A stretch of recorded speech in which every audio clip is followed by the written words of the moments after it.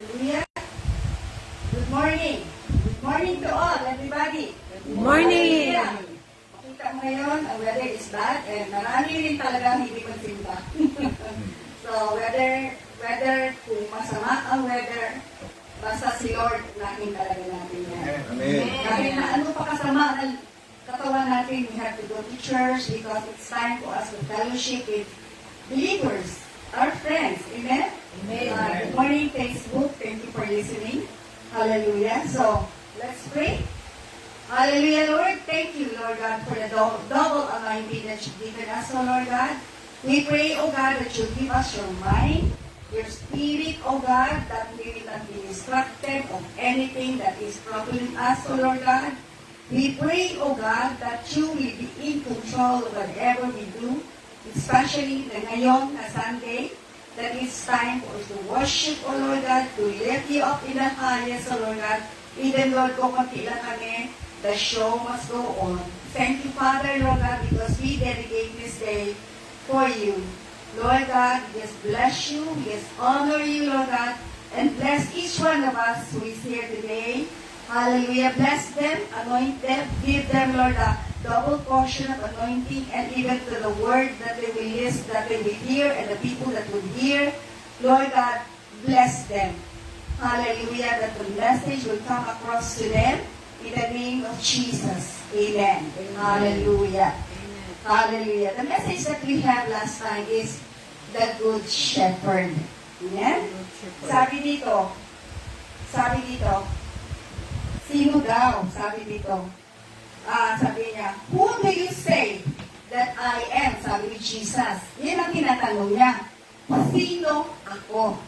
Tinanong niya sa mga disciples niya kung sino siya. Not all who follow Jesus nakakilala talaga sa kanya. Amen? So, tinanong ni Jesus sa Matthew 16, verse 15, and Mark 8:29. In both passages, ito na, sabi niya dito. Simon Peter, sabi niya, anong tingin, sino talaga ako sa inyo? Ang sagot dito ni Simon Peter, you are the Messiah, the Son of the living God. Amen? Si Simon Peter, kilala niya si Jesus. But tinanong ng ibang disciple, ang sabi nila na, ikaw si John the Baptist, ikaw si Elijah, sabi dito, and still others, Jeremiah or other prophets. So, wala nakatugma ang mga kasama niyang mga disciples, but it is only Simon Peter who knows our God. Amen? Hallelujah. So, that is very important. No? Even if you say that you have Christ in you and they will ask you, sino sa Christ at sino si Jesus sa buhay mo? Amen? He is the Good Shepherd. Ano ba ginagawa ng Good Shepherd? Hallelujah. Ang sagot ni Jesus, kasi nakasagot si Simon Peter na sino si Jesus, sabi niya, sa Mark 17, sabi niya, blessed are you, Simon, son of Jonah, for this was not revealed to you by flesh, flesh and blood, but my Father in heaven. Amen? Ang karamihan ng mga Kristiyano ngayon, ang sinasabi, kilala nila si Jesus, pero hanggang doon lang sila. Pero si Simon Peter said, it was revealed to you by my Father in heaven. Sabi pa, karamihan sa kanila, doing the work of Christ, but they are in the flesh. Amen? In the flesh. Intindihan mo in the flesh, tawhano na pagpunahuna. That's precisely, we need the mind of Jesus. We need the mind of God in us. The Spirit of God in us. Amen? Okay. Let's go to yung recap natin. Last Sunday.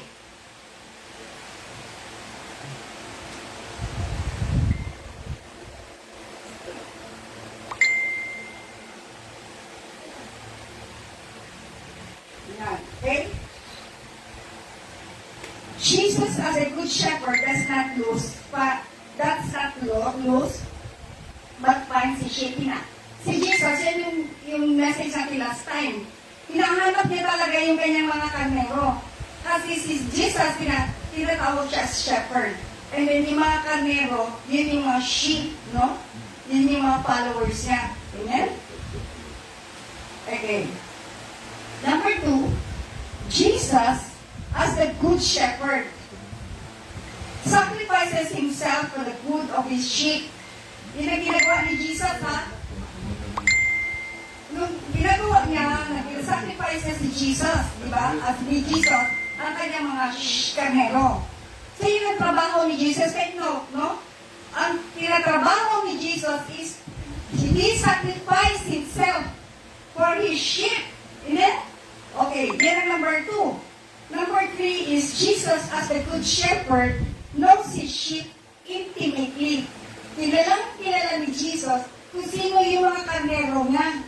Okay? So just like the message earlier, na sinabi dito na walang nakakilala kung sino-sino ang binabanggit nila kung sino si Jesus, and only Simon Peter ang nakaalam. So, karamihan na ngayon, ganun talaga. They go to church, they attend church, and yet, they cannot describe or they cannot say who Jesus is in their life. Amen? Okay. So, dito tayo sa Jesus as the good shepherd leads his sheep. Leads. Ibig sabihin, a leader,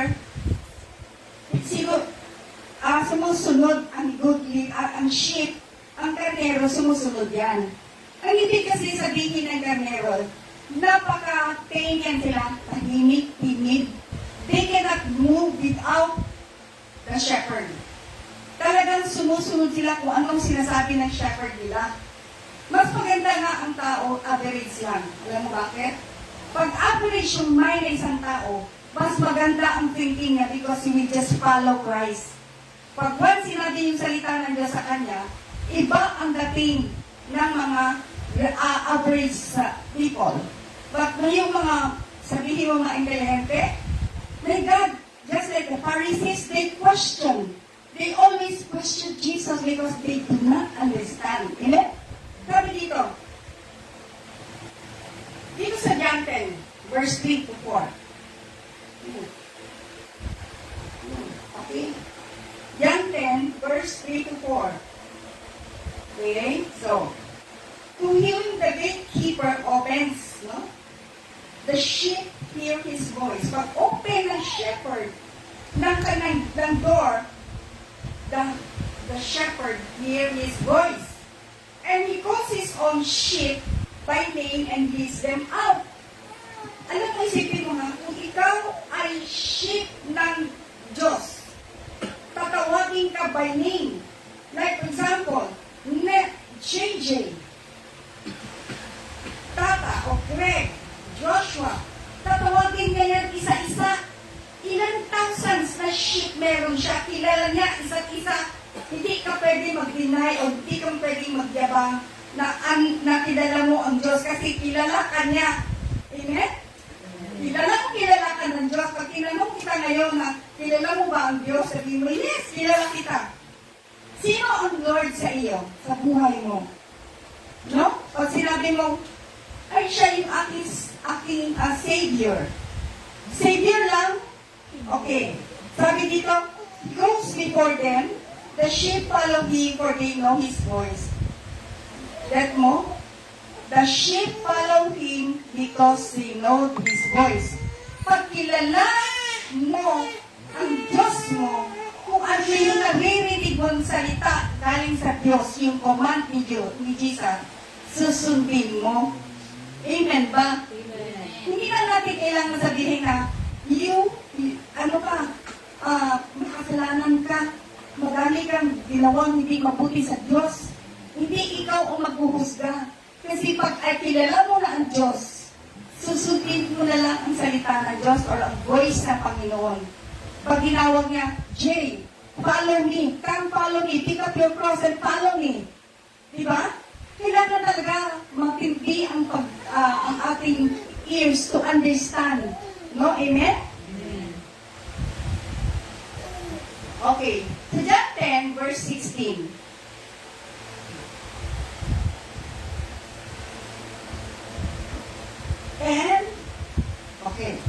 And I have other sheep that of this fold. I must bring them also, and they will listen to my voice. So there will be one flock, one shepherd. Okay? Hindi lahat na nandoon sa pen, na yung lahat na nandoon sa pen, kanya yun. Kanyang sheep yun. Pag yung sa labas ng pen, hindi kanya yun. Kasi hindi pa siya kilala. So he has to get all these people at the sheep outside para dalhin niya dun sa pen. Amen? So ibig sabihin, kailangan talaga na masave niya yung ibang sheep. You cannot call them sheep unless they know God. Unless kilala nila ang shepherd. Amen? Okay. Sabi dito. So lahat ng mga tao na being saved, as the scripture promises, lahat ng mga tao kasama na all over nation, sabi dito, promises that people from every nation, kaya yung kanta natin, no? Tribe and tongue will be gathered at the throne of God. Amen? Napakaganda, no? Pag tinawag na ng Panginoon ang kanyang mga kandero, one by one, sabihin na, ikaw, Lolit, akin ka, dito, sumunod ka sa akin. Pag hindi natawag yung pangalan mo, ibig sabihin hindi ka niya kandero. Amen? So, kailangan na alam mo that you are the sheep of God. Karnero ka nga. No? And shepherd talaga, kasi si David, ang tawag kasi sa kanya, siya yung shepherd. Yung totoong shepherd na nagbabantay, nag-aalaga ng mga sheep. Si David, tinawag niya siya maging king. No? And then, ang meron siyang magandang isinulat sa Salmo, which is Psalm 23. Later na yan. Okay.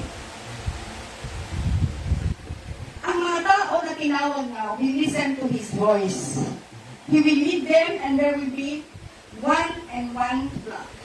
Isang shepherd, isang flock. Amen? Amen. Okay? Let's not talk about religion kasi religion will really not save us.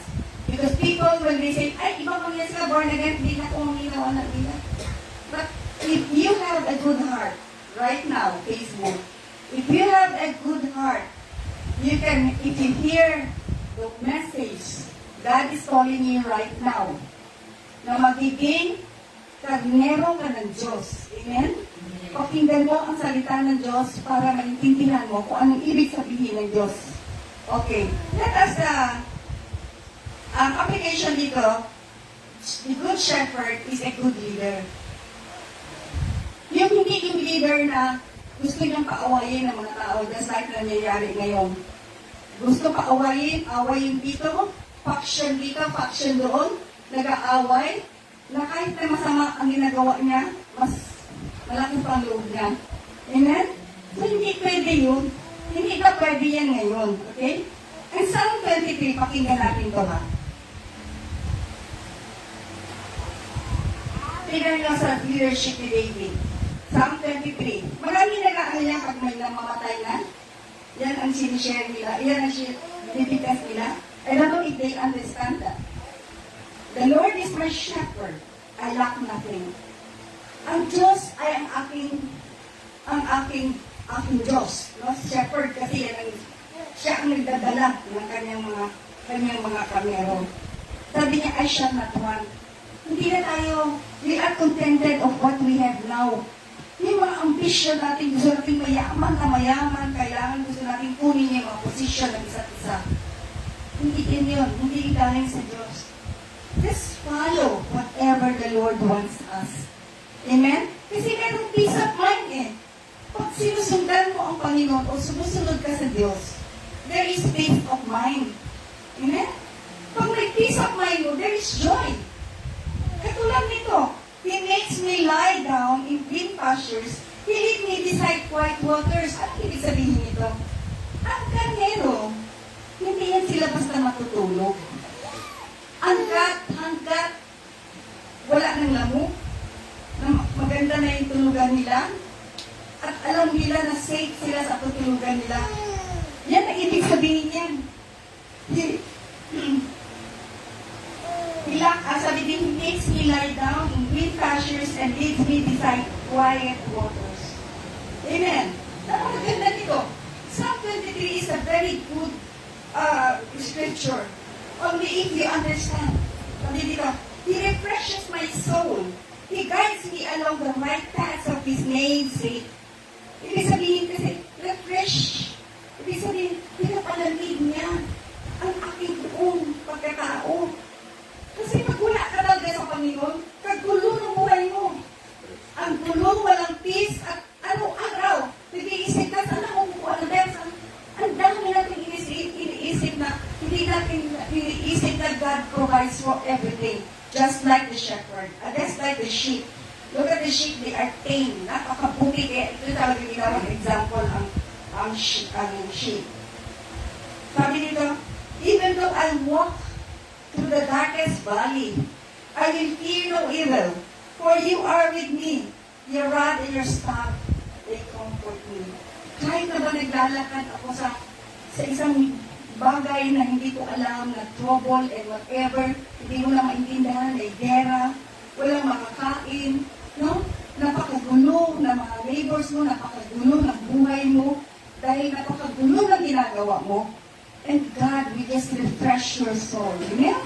Ang galing talaga. Alam mo ako, every time I read the Word of God, I would cry.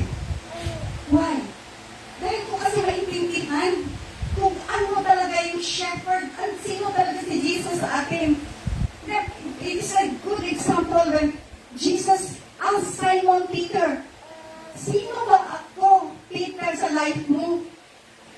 You are the Son of the living God.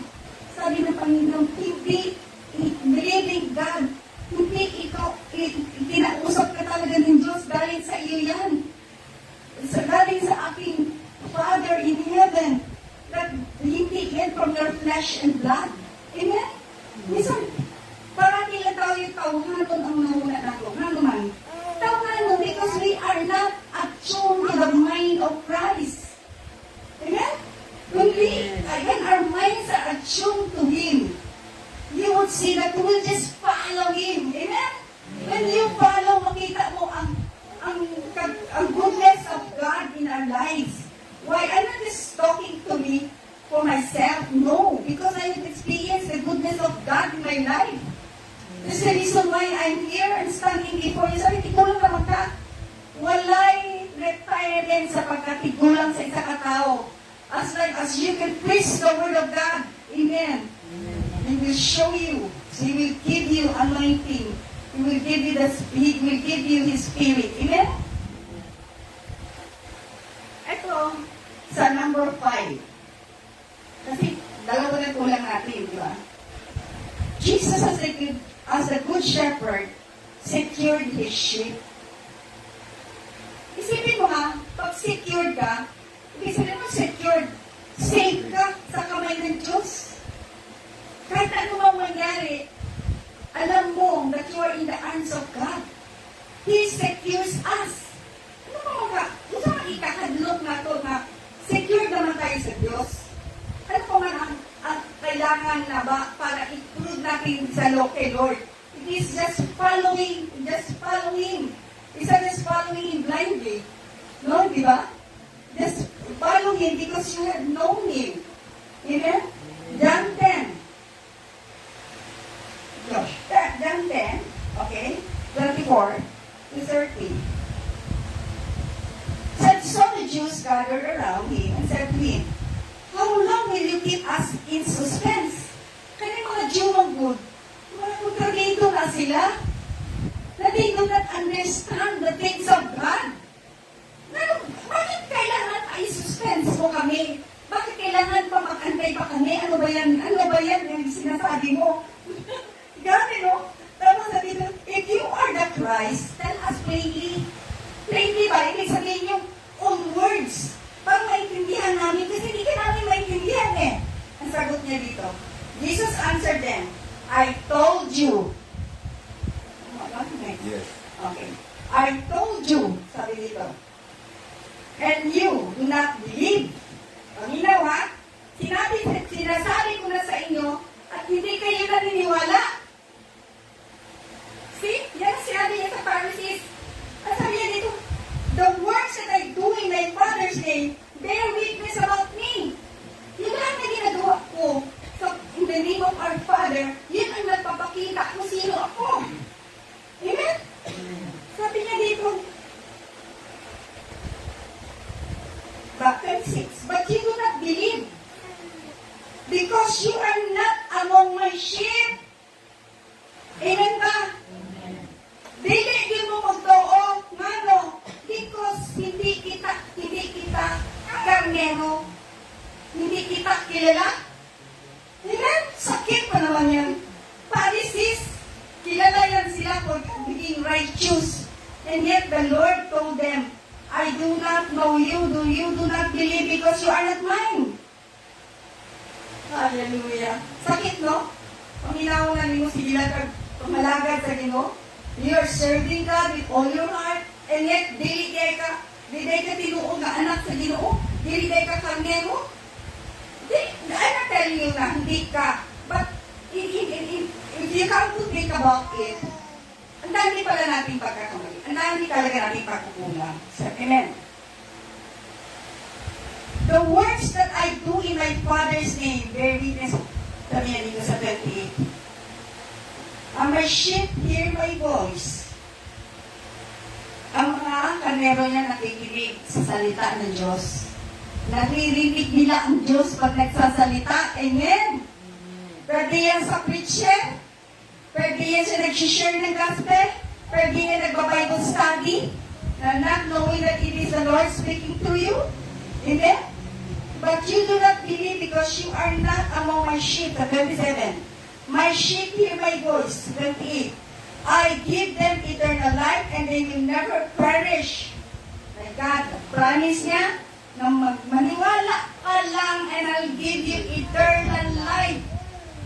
Amen. Eternal na kinabuhi ka walay hanggang. Mutong walang yung mo. Amen. This is very deep pag isipin mo itong salita na to. Amen? I-review mo yan pagdating mo sa bahay mo. I give them eternal life and you will never perish. Ang ibig sabihin, hindi ka mamatay. Amen? You will never perish. Hindi ka mawawala sa akin. Sabi niya dito, and no one will snatch you out of my hand. Walang makakakuha sa iyo. Not even the devil. Hallelujah. Not even the devil who will, yung bang parati ka na lang tinitent. Not even the devil can snatch you away from me. Dahil mga ganyan, dinesecure niya yung kanyang mga kanderos. Naka-secure sila. Sabi sa 29, my Father who has given them to me is greater than all, and no one is able to snatch them out of the Father's hand. The 30, I and the Father are one. Okay, for everybody, for other religion, they do not believe in Christ, but it says here, Jesus testified that I and my Father are one. Ibig sabihin si Jesus is Lord. Amen? Sabi nila wala sa Bible. Nasa Bible yan. Do you see the security you have in knowing Jesus Christ? Grabe secured ka. Like yung mga mayaman na dahil sa kayamanan nila, dahil sa maraming pera nila, may security guard sila sa labas.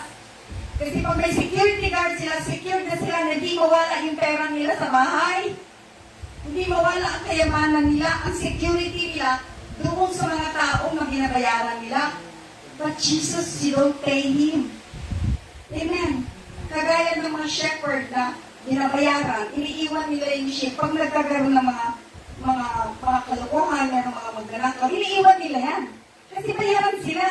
But Jesus, as the shepherd, will secure you. Amen?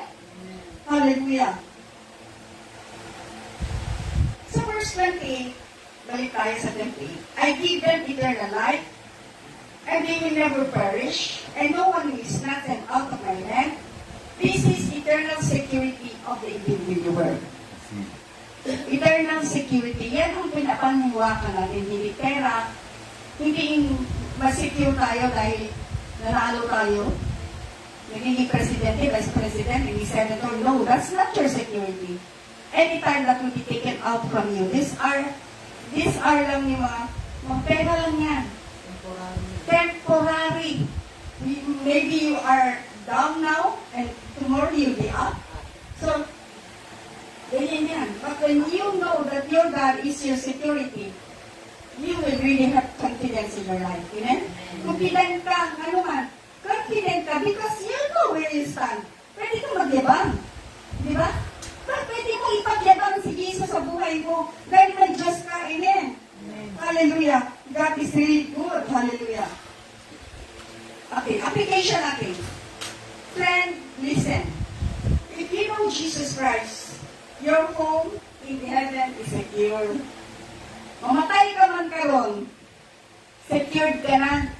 Namatay ka langit. Di ba sabi niya, I will go and secure, get a place for you where my Father's house are many mansions. That is His promise. Pag namatay ka, hindi ka tulad ng iba dyan. Pag may namatay, makinig kayo. Makinig kayo. Dahil mali talaga ang mga teachings sa ibang church. Ang sabi dito, pag namatay ka, pag meron kang Christ, you will be secured. Your place is in heaven. You don't have to pray. Pagpatay na isang tao, paano mo magdasal yung isang tao na patay na? Pag hindi siya gumawa na mabuti habang buhay pa siya, hindi kong to hell. You listen. Kailangan nagkikibong tayo magsalita, hindi masyadong, kasi ganyan. No. It is the word of God that we are confident to say we are confident and bold to tell you the word of God. Hindi ka magduha-duha. Hindi mo mag-ani. Katoliko mo, I don't care. Katoliko ka. Diba? I don't care kung ano religion mo. Iglesia ka, whatever. I don't care. I just preach the word of God and you listen. Yeah. Kaya, ang maganda pa dito, no one can snatch you away from me. Wala'y makakawat o get you away from me. Because secured ka na. Ibig sabihin, diri na ka sa kuha. Diri na ka, naanak ka sa sunod sa 10. Mao na akong karnero. Mao ikaw akong karnero. Amen? Kalani, di ba Ginoo? Hallelujah. So, sa dito lang namin, yung 5 verse 32 to 33. You shall be careful therefore. Ito yung mensahe na ito. Kung naaka na sa Ginoo, should be careful. Why? To do as the Lord your God has commanded you. Okay? Deuteronomy. Next. Okay? Okay na lang. So, has commanded you, you shall not turn aside to the right and to your left. Sabi dito. You shall walk in all the way. Diretso. Ito lang naman kasadalan, di ba? You know the path to Jesus. So you go straight. You shall walk in all the way that the Lord your God has commanded you. And that you may live. And that it may go well with you. God has commanded you to go straight. Live the life that God wants you to be. Amen? Hallelujah. Dili kita magkuha-duha. Most of the time, ngayon ka, dali lang magsibak yung ulang. Amen? Even that is our flesh. Unod na to, sakit na magkukuagi. Daghan ka ikan alibay. But it doesn't say na you don't go to church. Or, no, I'm not demanding you, but that is supposed to be ang ating attitude, di ba? Now, it's the only time that we come together and fellowship. Amen? So, importante yun na we give him the importance. Then, because we know that we are already secure in the hands of God. Okay, Isaiah 30, verse 21. We hear the prophet say, you shall hear a word behind saying, this is the way we walk in. Walk in it. No? So, sinasabi na, ito ang dapat natin pag tayo naglalakad. Amen. The psalmist says in Psalm 27, teach me your way, O Lord. Teach me your way, ito na yung mauna ni dalan. Wala ni sa Deuteronomy 5. This is already the way straight to God. Amen? Hallelujah. Jesus, the Jew knew about the way of God, yet Jesus claimed to be the way. Tingnan mo mga Jew, ha? Karamihan ng mga Jew.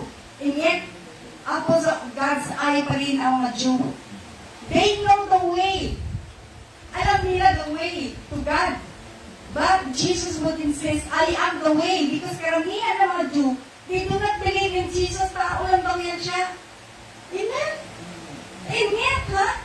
Pag malaman mo kapag end time na ang meron talaga mangyayari sa Israel, tapos tayo, praise God, because we are Gentiles, the salvation was extended to us.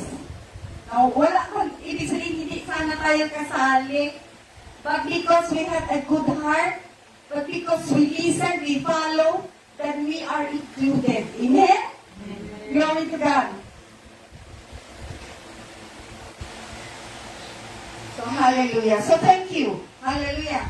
Pasalamat ka sa Ginoo. Thank you for this message, Lord, that you are, that we know, Lord God, that you are our good shepherd, that we are secure in your hands, that you are a good leader, and Lord, you have given us the way to eternal life.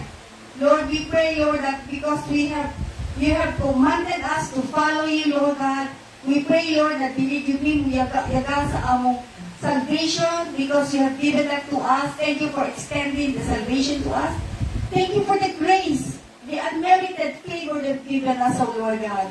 We just bless you, Father. We give you thanks. We honor you in all things. We bless you in the name of Jesus. Good morning, everyone. Thank you.